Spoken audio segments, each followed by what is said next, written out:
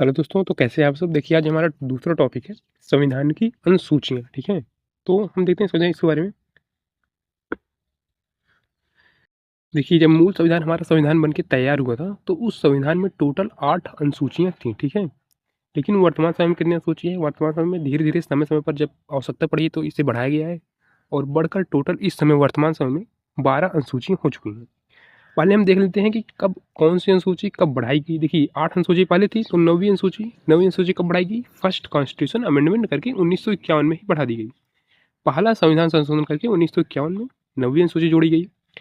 फिर 10वीं अनुसूची यानी 10वां शेड्यूल 52वां कॉन्स्टिट्यूशन अमेंडमेंट करके 1985 में जोड़ा गया और 11वां अनुसूची 73वां संविधान संशोधन करके 1992 में, ठीक है? उसी प्रकार 12वां अनुसूची 74वां कॉन्स्टिट्यूशन अमेंडमेंट करके 1992 में ऐड कर दिया गया।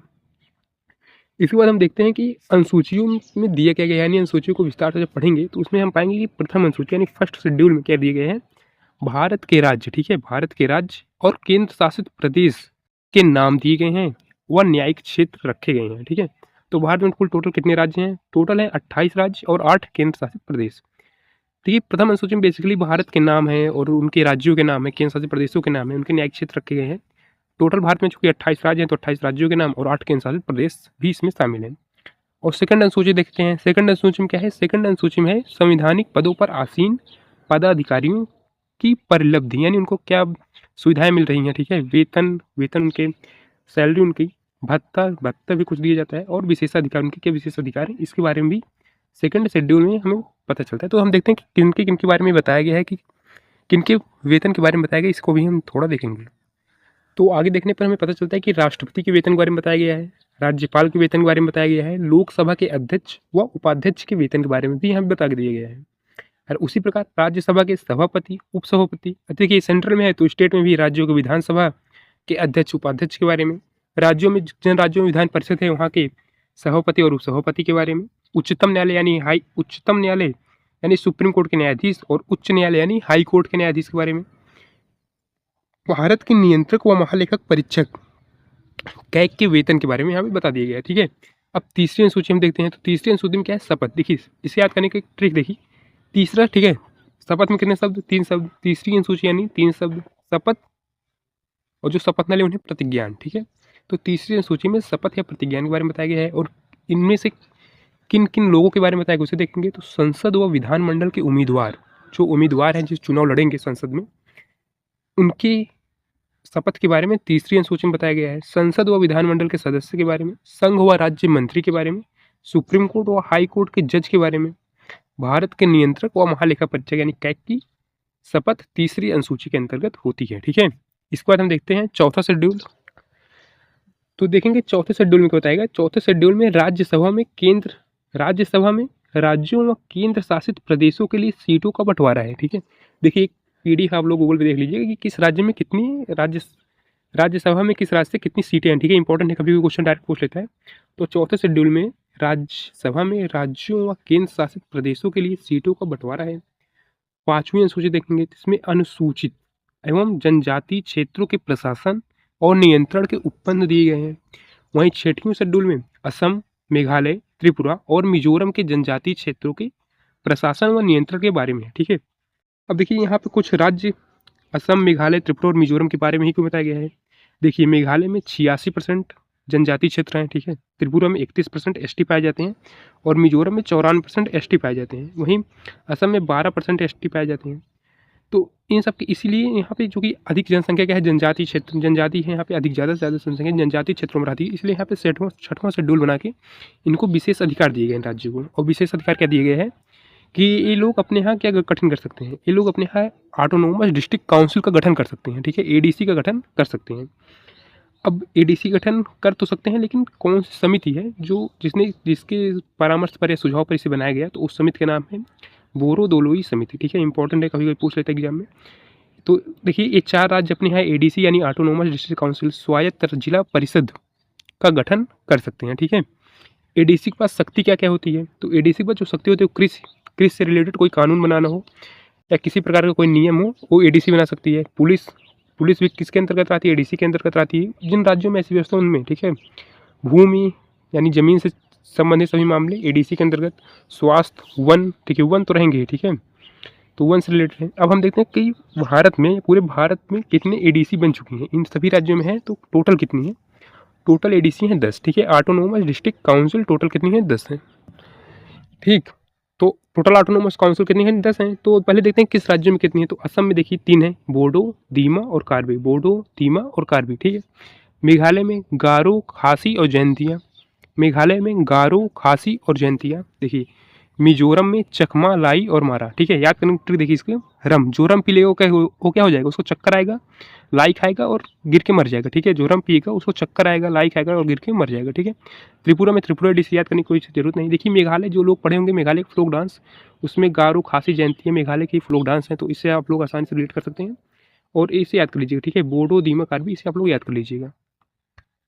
देखिए जब हम आगे एडीसी बारे में देखते हैं तो एडीसी में कुल कितने सदस्य होते हैं। तो एडीसी में कुल 30 सदस्य होते हैं, जिसमें से 26 सदस्य जो है वो उनके लिए वोटिंग होता है, चुनाव होता है उन राज्यों में जिनमें है, ठीक है। और 4 गवर्नर द्वारा अपॉइंट होते हैं। तो गवर्नर द्वारा क्यों अपॉइंट होते हैं भाई, क्योंकि अगर ये लोग सभी लोग निर्वाचित हो जाएंगे तो अपनी मनमानी करने लगेंगे, ठीक है। तो केंद्र इन पर अपना नियंत्रण रखने के लिए 4 सदस्य वहाँ के जो गवर्नर हैं वो अपॉइंट करते हैं। तो एडीसी की शक्तियों के निलंबन का अधिकार, यानी एडीसी अगर अपनी मनमानी करने लगे या फिर, ठीक है, या सही से काम न करे, संविधान का पालन न करे सही से, तो एडीसी की शक्तियों का निलंबन भी राज्यपाल के पास रहता है। राज्यपाल जब चाहे तब इन्हें मतलब पूरा निलंबित कर सकते हैं। देखते हैं अब हम 7वां शेड्यूल। 7वें शेड्यूल में क्या बताया गया है, केंद्र व राज्यों के बीच शक्तियों का बंटवारा कैसे कैसे होगा, और 7वें शेड्यूल में बताया गया है। तो इनमें 3 सूची बनाई गई हैं, संघ सूची, राज्य सूची और समवर्ती सूची, ठीक है। तो संघ सूची में वर्तमान समय में कितने सब्जेक्ट हैं, 100 विषय हैं। राज्य सूची में वर्तमान कितने हैं, 61 हैं, और समवर्ती सूची में वर्तमान कितने हैं, 52 सब्जेक्ट हैं। जबकि जब संविधान बन के तैयार हुआ था, ठीक है, तो उस समय संघ सूची में 97 विषय थे, राज्य सूची में 66 विषय थे, और समवर्ती सूची में 47 विषय हुआ करते थे, ठीक है। देखिए अब यहाँ से हम देखेंगे 8वां शेड्यूल, संविधान द्वारा मान्य भाषाएं कौन कौन सी हैं, ऑफिशियल यानी भाषाओं को जो दर्ज दिए गए हैं। तो वो भाषाओं का जो दर्ज दिया गया वो 8वें शेड्यूल के अंतर्गत भाषाएं आती हैं, ठीक है। तो देखते हैं जब संविधान बन के तैयार हुआ तो उस संविधान में टोटल 14 भाषाओं को मान्यता दी गई थी, ठीक है। लेकिन वर्तमान में इसे धीरे धीरे बढ़ाते हुए, जिस तरह राज्यों ने मांग किया उसको धीरे धीरे बढ़ाते हुए वहाँ पे वर्तमान में 22 भाषाएं हैं जिन्हें ऑफिशियल दर्जा दिया जा चुका है। तो देखते हैं जब संविधान बन के तैयार हुआ था तो उस समय कौन कौन सी भाषा इसमें ऐड थी। तो हिंदी, संस्कृत, उर्दू, गुजराती, कश्मीरी, उड़िया, पंजाबी, बंगाली, असमिया, मराठी, तमिल, तेलुगु, कन्नड़, मलयालम, ठीक है। इतनी भाषा उसमें पहले से ऐड हुई थी। लेकिन 21वां कॉन्स्टिट्यूशन अमेंडमेंट 1967 में करके सिंधी को ऐड कर दिया गया। फिर 71वां कॉन्स्टिट्यूशन अमेंडमेंट 1992 में करके नेपाली, मणिपुरी, कोंकणी इसको ऐड कर दिया गया। देखिए इसे आप नमक से याद रख सकते हैं, ना से नेपाली, मा से मणिपुरी, का से कोंकणी। उसके बाद 92वां कॉन्स्टिट्यूशन अमेंडमेंट 2003 में किया गया और यहाँ पे मैथिली, संथाली, डोगरी और बोडो इन भाषाओं को ऐड करके टोटल कितनी भाषाएं अब वर्तमान हो चुकी हैं, वर्तमान में टोटल हो चुकी हैं 22 भाषाएं, ठीक है। देखिए ऑफिशियल भाषा और शास्त्रीय भाषा में आप लोग कन्फ्यूज नहीं होइए, इसलिए यहाँ पे शास्त्रीय भाषा भी हमने नोट कर दी नीचे। तो वर्तमान में भारत में कितनी शास्त्रीय भाषाएं हैं, टोटल 11 शास्त्रीय भाषाएं हैं। सबसे पहली शास्त्रीय भाषा तमिल है जो 2004 में ऐड की गई थी, संस्कृत 2005 में, तेलुगु कन्नड़ 2008 में, मलयालम 2013 में और उड़िया 2014 में ऐड की गई, ठीक है।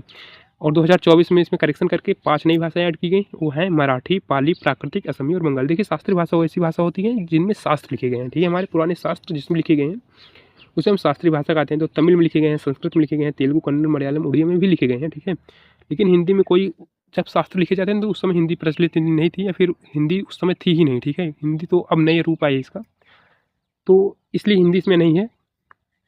और आगे बढ़ते हुए हम देखते हैं कि 9वां शेड्यूल, ठीक है, 9वां अनुसूची किससे रिलेटेड है। तो 9वीं अनुसूची आर्टिकल 31 द्वारा जोड़ी गई, आर्टिकल 31 द्वारा जोड़ी गई। फर्स्ट कॉन्स्टिट्यूशन अमेंडमेंट 1951 में करके इसे जोड़ा गया। एक इससे रिलेटेड है, भूमि सुधार से है, जमींदारी का उन्मूलन है। इसमें रखे गए कानून की न्यायिक समीक्षा नहीं हो सकती। इंपॉर्टेंट टॉपिक है कि इसमें जो कानून रखे गए हैं उसकी न्यायिक समीक्षा नहीं हो सकती, यानी कोर्ट उसको रिव्यू नहीं कर सकता है। लेकिन केशवानंद भारतीवाद जो कि 24 अप्रैल 1973 को सुप्रीम कोर्ट सुनवाई में बोलता है कि 24 अप्रैल 1973 के बाद के कानूनों की समीक्षा की जा सकती है।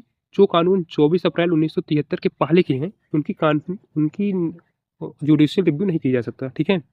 तो 9th शेड्यूल के अंतर्गत अधिनियम यदि मौलिक अधिकार का उल्लंघन करे, इसके अंतर्गत कोई अधिनियम ऐसा बनाया जाए जो मौलिक अधिकार का उल्लंघन करे तो वह अमान्य हो जाएगा, ठीक है।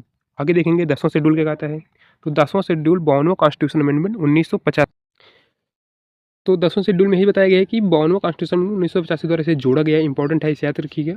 दल बदल विरोधी कानून, ठीक है, कोई किस पार्टी में है, उस पार्टी में जा रहा है, तो पहले क्या होता था कि लोग हमेशा पार्टी बदलते रहते थे, तो सरकारें बहुत जल्दी जल्दी गिरती थी, इससे बहुत ज़्यादा समय वेस्ट होता था, इसलिए ऐसा कानून बना के दिए गए 10वीं अनुसूची के अंतर्गत कि दल बदल विरोधी कानून। इसे हम बाद में डिटेल में पढ़ लेंगे, ठीक है।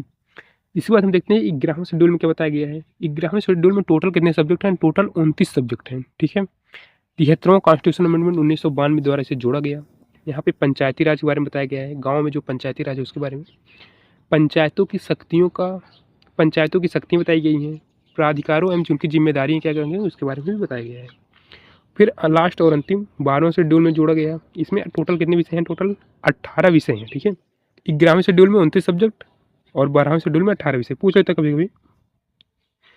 74वां कॉन्स्टिट्यूशन अमेंडमेंट 1992 द्वारा इसे जोड़ा गया। इसमें नगर पालिका है, नगर पालिका को शक्तियाँ, प्राधिकार एवं जिम्मेदारी, ये सब 12वें शेड्यूल में अंतर्गत बताया गया है, ठीक है। तो आज का हमारा टॉपिक इतना ही है।